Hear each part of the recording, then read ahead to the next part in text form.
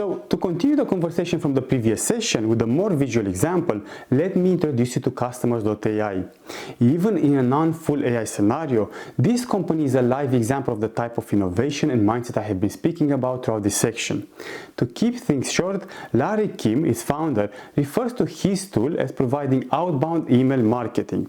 It goes like this. Customers.ai forged partnerships with various data providers to develop a huge database of GDPR-cleared profiles. When users visit your website, the tool looks into its database, and if it finds the visitor, they send an email which they call sign of life.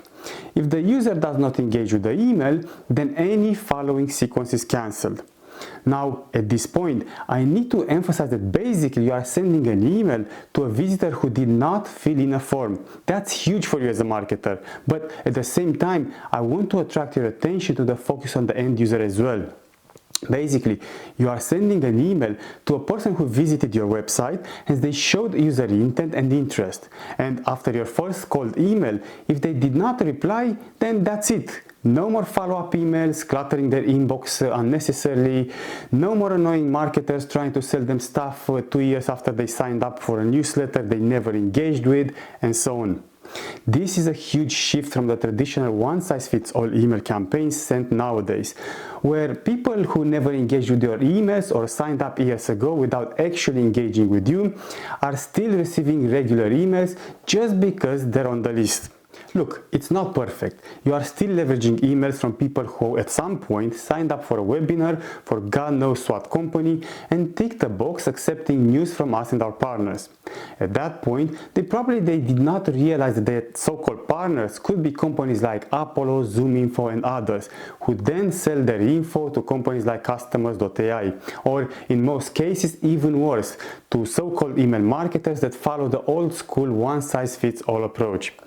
And you still do not have quality control mechanisms in place like email quality score and others. Nevertheless, it's a start. The point of the conversation is not the process, but the shift in mindset. The email marketing provider, in this case Customers.ai, enables the advertiser to increase conversion rates by emailing only customers who engage with their website.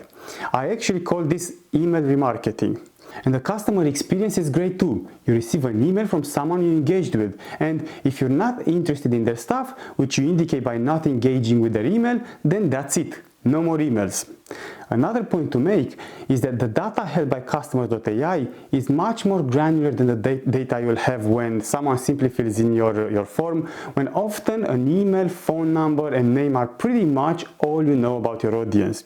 By contrast, the data held by Customers.ai is acquired from data companies, which by definition is augmented.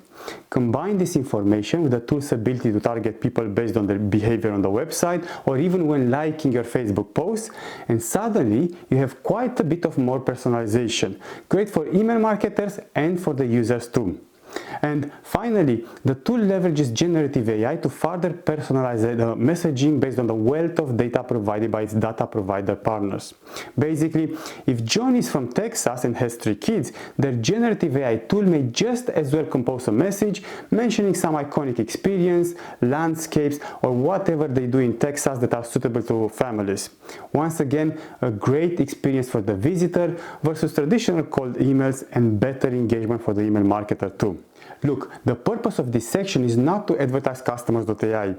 There are probably many other companies like them out there.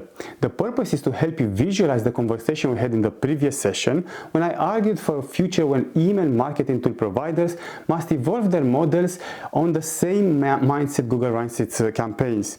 And without data to really deliver that personalization value to the end users, data collected through partnerships, API and similar, well, email marketing providers will die a very slow death, just like the mammoth companies described by the Innovator's Dilemma. Let's stop here, but we will continue the conversation on email marketing in the next session. Thank you for watching.